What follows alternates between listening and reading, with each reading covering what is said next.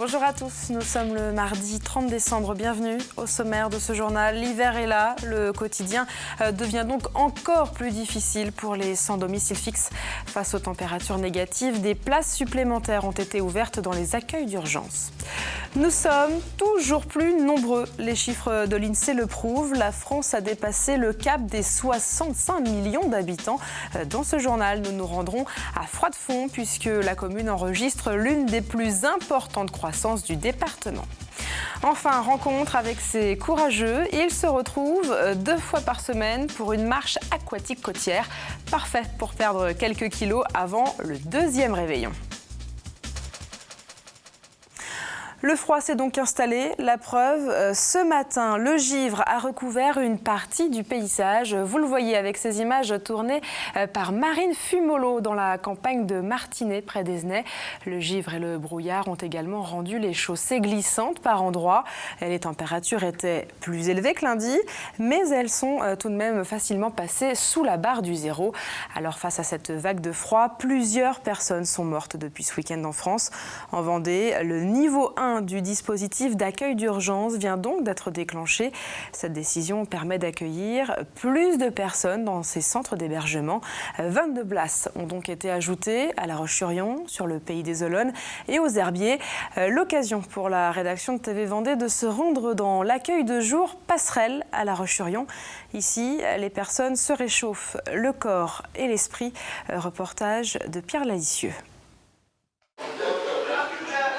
Ici, c'est la Mage, la maison d'accueil de jour, parce qu'en période de froid, comme en ce moment, il n'y a pas que la nuit que ces personnes ont besoin de chaleur. De 8h30 à 15h, on vient boire un café, manger un croissant, prendre un repas et bien plus encore. Il y a les démarches administratives qu'ils peuvent venir faire ici. C'est venir prendre des cours de français, c'est venir faire une partie de belote, c'est venir discuter avec nous, c'est venir...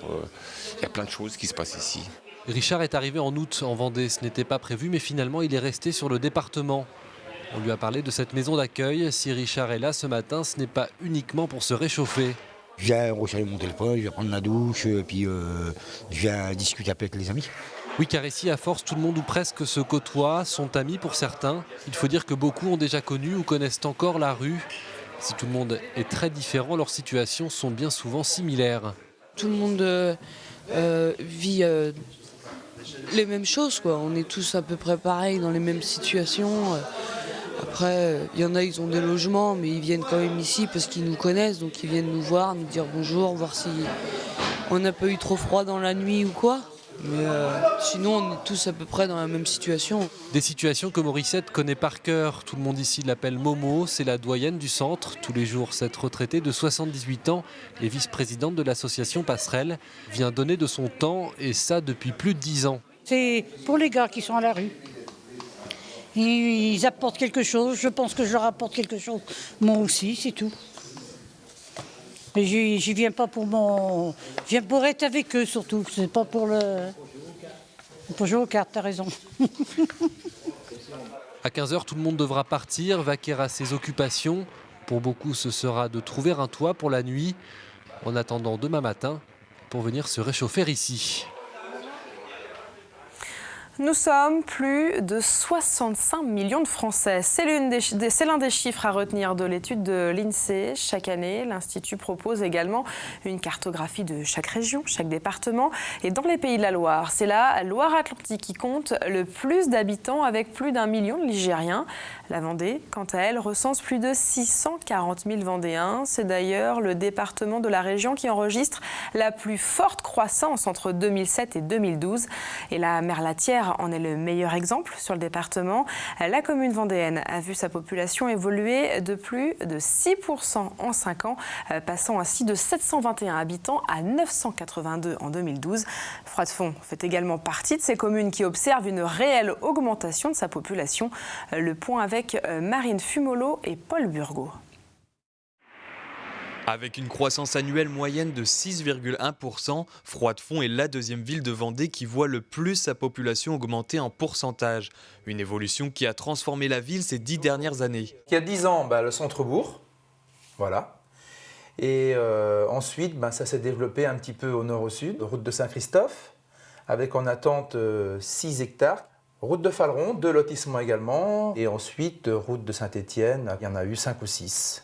Le nombre de Froide-Fondet s'élève à 1676 en 2012 selon l'INSEE. Il est estimé à un peu plus de 1800 pour 2014 selon la mairie. Froidefond possède le profil type des petites communes qui grandissent. À tout juste 10 km de Chaland et avec des prix immobiliers 2 fois moins chers, la commune séduit les jeunes couples. Le nombre de naissances par an serait même compris entre 35 et 40 ici. Mais pour satisfaire les besoins de cette nouvelle population, la ville a dû investir. Construction d'une salle polyvalente, nouvelle classe pour l'école et toujours plus de lotissements, des investissements qui font plaisir aux commerçants. C'est bien avec le pôle médical à côté et tous les petits commerces à côté, ça dynamise un petit peu, donc c'est bien. On a un parking qui a été fait par la mairie sur le côté, donc nous, niveau commerce, on n'y trouve que notre point positif. Et la transformation ne s'arrête pas là puisque le maire devrait bientôt s'attaquer au centre-ville. On est au centre-bourg, au cœur de bourg, de Froidefond, où nous avons mis une dizaine d'années à acquérir des parcelles pour ensuite les vendre, construire ce pôle. Puis nous avons vendu la parcelle pour le magasin Esthétique Coiffure et le futur centre-bourg qui sera là lorsque nous aurons un peu d'argent pour investir. La croissance démographique est donc une aubaine pour cette commune, mais elle représente également des dépenses plus lourdes. Exemple avec la station d'épuration qui arrive à saturation et devra être rénovée. Coût de l'investissement, 1 million d'euros. J-1 avant le réveillon du Nouvel An, c'est donc un nouveau rush pour les professionnels. Même si du côté des poissonniers, le 31 décembre n'est pas la période la plus importante de l'année. Reportage de Cyril Guillet à la Tranche-sur-Mer. Voilà avec ceci. Dernière ligne droite pour les poissonniers et les vendeurs de crustacés. Ici, au Délices de la Mer, le flux des clients est continu, même si le gros des ventes est déjà derrière eux. Noël est beaucoup plus important que le 1er de l'an, ça c'est sûr, ça a toujours été. Les gens reçoivent, les gens sont en famille, donc les gens commandent. Et Nouvel An, tout est fait sur le dernier moment. C'est suivant comment on fait les étals et on donne envie à nos clients et tout part comme ça. Pour les poissons, le saumon, le bar et la lotte ont la cote pendant ces périodes de fête, sans oublier les incontournables comme les huîtres, les langoustines ou les crevettes, avec cette année un petit bémol sur la coquille Saint-Jacques qui, perturbée par une toxine, a du mal à se développer sur nos côtes. Tout vient de la Bretagne, donc la quantité est très dure à avoir, que d'habitude on avait vraiment un tonnage important, que cette année on ne l'a pas, donc on travaille que sur la Bretagne et quantité limitée. Traditionnellement, le volume des ventes de cette poissonnerie sera moins important pour le 1er de l'an qu'à Noël. Mais ici, à la Tranche-sur-Mer, l'essentiel du chiffre d'affaires se fait l'été avec les touristes. Les Vendéens passeront-ils le cap des 32e de finale de la Coupe de France? 2 sont encore en lice, Luçon et le Poiré-sur-Vie. Samedi, les Genots accueilleront Plabennec au stade de Lidonnière. Une division sépare les deux équipes, mais pour les joueurs du Poiré-sur-Vie, rien n'est joué, comme le souligne le capitaine de l'équipe de nationale. On a fait les 4 premiers matchs de Coupe de France où on a su faire le job à chaque fois. On est tombé contre des équipes inférieures à nous. On a réussi, le plus dur, c'est marquer assez rapidement. Cette fois, on a une CFA, mais la compétition a changé, c'est différent. On se rapproche des gros matchs, on va dire. Donc, c'est le premier vrai gros match et c'est 50-50. Même si c'est une équipe inférieure à nous, ça sera un match compliqué. Et les Luçonnais, également en national, reçoivent une équipe de Ligue 2, soit un niveau au-dessus cette fois. Pour espérer poursuivre la compétition, les Vendéens devront s'imposer face à la Berrichonne de Châteauroux. Ils seraient alors qualifiés pour les 16e de finale, comme ils l'avaient fait en 2012.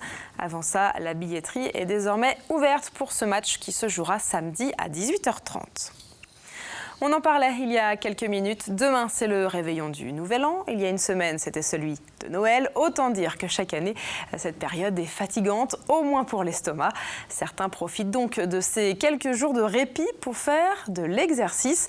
L'occasion pour nous de vous présenter une activité assez impressionnante, surtout l'hiver, vous allez le voir.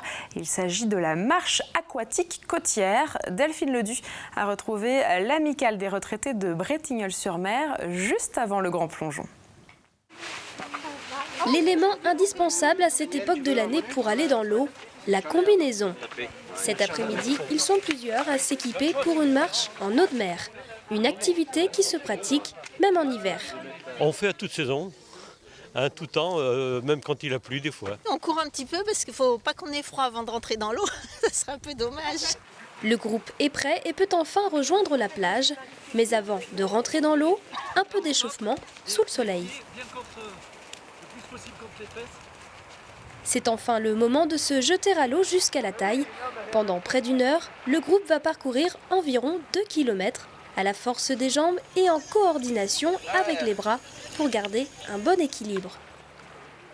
La marche aquatique, un bon moyen de garder la forme.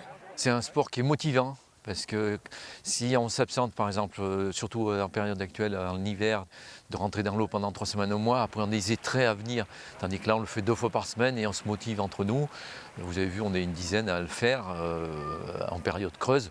Et ça peut aller de 20 à 25 l'été. Ça plaît parce que c'est un peu un défi d'en faire tout l'hiver quand même. Surtout avec l'eau qui est même pas à peine à 9 degrés. Fin de la séance pour ces marcheurs et premiers ressentis. Très bien, de l'eau chaude dans la combinaison. Une fois qu'on l'a chauffée, c'est très bien. Mais alors, un peu fatigant. Je dirais même très fatigant. Et puis, il ne faut pas attraper froid en sortant, donc je me dépêche de mettre mes chaussettes. Pratiqué en fonction des marées et de la météo, ce sport allie donc entretien du corps, mais aussi convivialité et bienfaits de l'eau de mer. Et décidément, il faudra bien du courage pour ceux qui voudraient s'essayer à cette activité puisque le froid est bien là. La journée de demain restera encore bien fraîche. Le givre devrait une nouvelle fois rendre les chaussées glissantes. Attention donc demain matin. Ensuite, les températures ne dépasseront pas les 6 degrés, mais le soleil devrait réussir une dernière percée pour cette dernière journée de l'année. Voilà donc pour les prévisions. Dans quelques instants, Armelle Pavageau vous en dit plus dans la météo complète. Quant à nous, on se retrouve évidemment demain. Merci de nous avoir suivis.